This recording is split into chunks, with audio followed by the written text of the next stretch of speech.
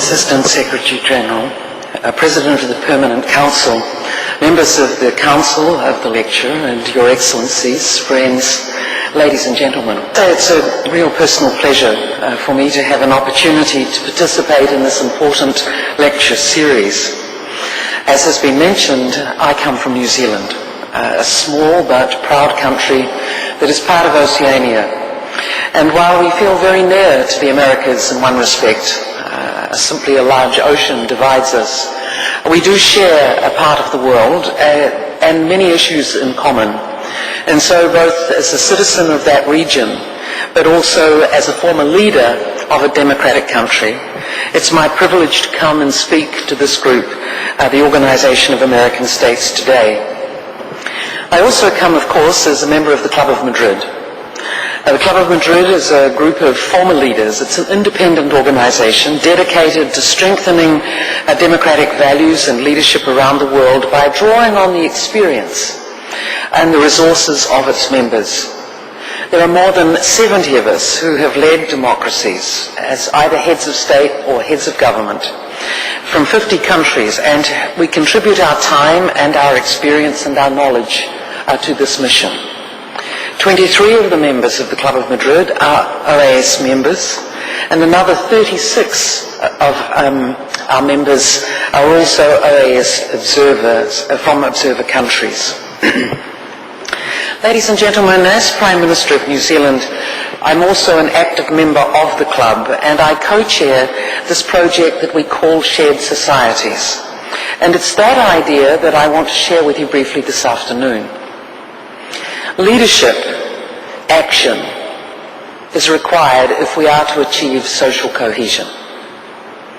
One of the things that the Club of Madrid has concluded very strongly is that while theory about what leads to inclusion and cohesiveness is one thing, it will not occur if leadership is not exercised around this issue.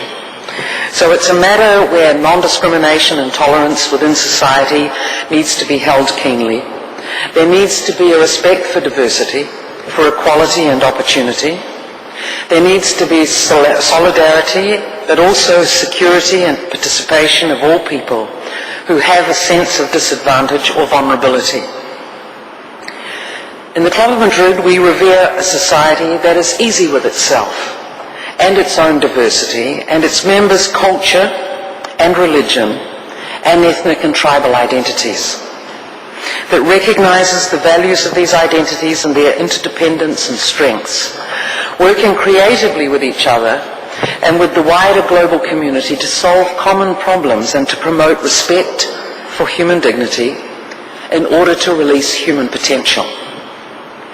Ladies and gentlemen, a society where these conditions exist, or at least where they're trying to be actively promoted, is one that leads to inclusion. Inclusion is sought, but the purpose of that is to share the benefits of the society itself.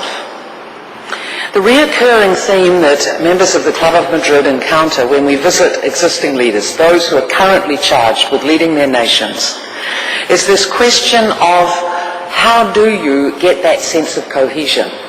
What is it that leaders need to do? What programs can we consider and introduce? What strategies have we observed that are useful in order for us to create this increased sense of inclusion?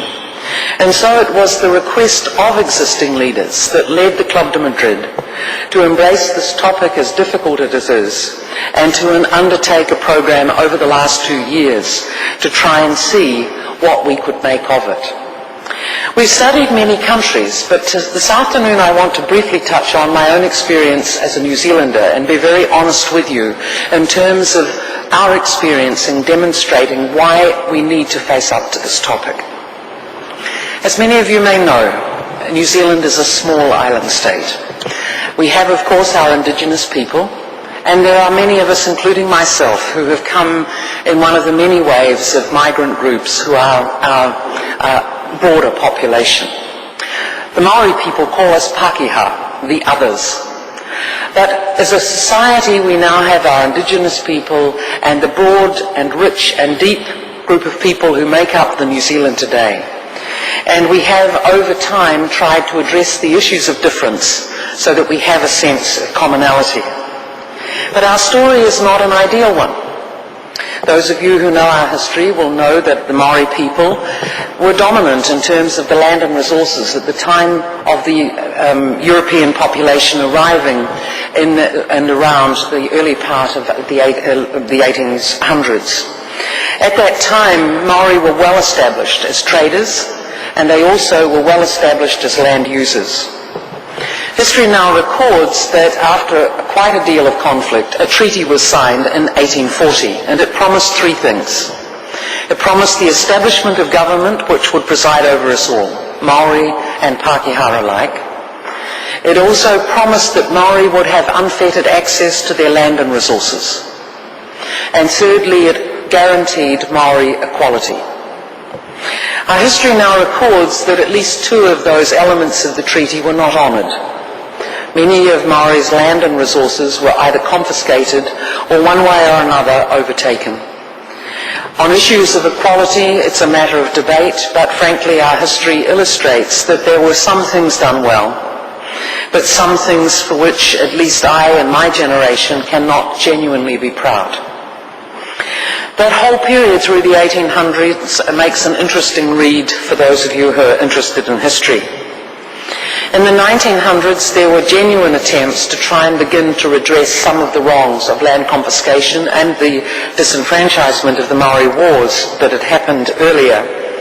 But bluntly, they were patchy in their success. In the mid-part of the 1900s, governments in New Zealand decided that the best approach perhaps was to demand assimilation. In other words, all New Zealanders needed to be the same, to value the same things, to put aside our racial differences and our diverse history and try and find some common ground. Indeed, Maori children were strapped for using their indigenous language at school during some of this period of New Zealand's history. This attempt was continued until the late 60s, and put bluntly, it had many elements of disadvantage that it imposed on our society. If I were to generalize and summarize, I would say that many of our Maori people had a sense of deep loss, both of their culture and their possessions. It manifests itself, as it does in many societies, in terms of criminal activity, failure, and a sense of not being included. Successive governments fretted over what could be done about this.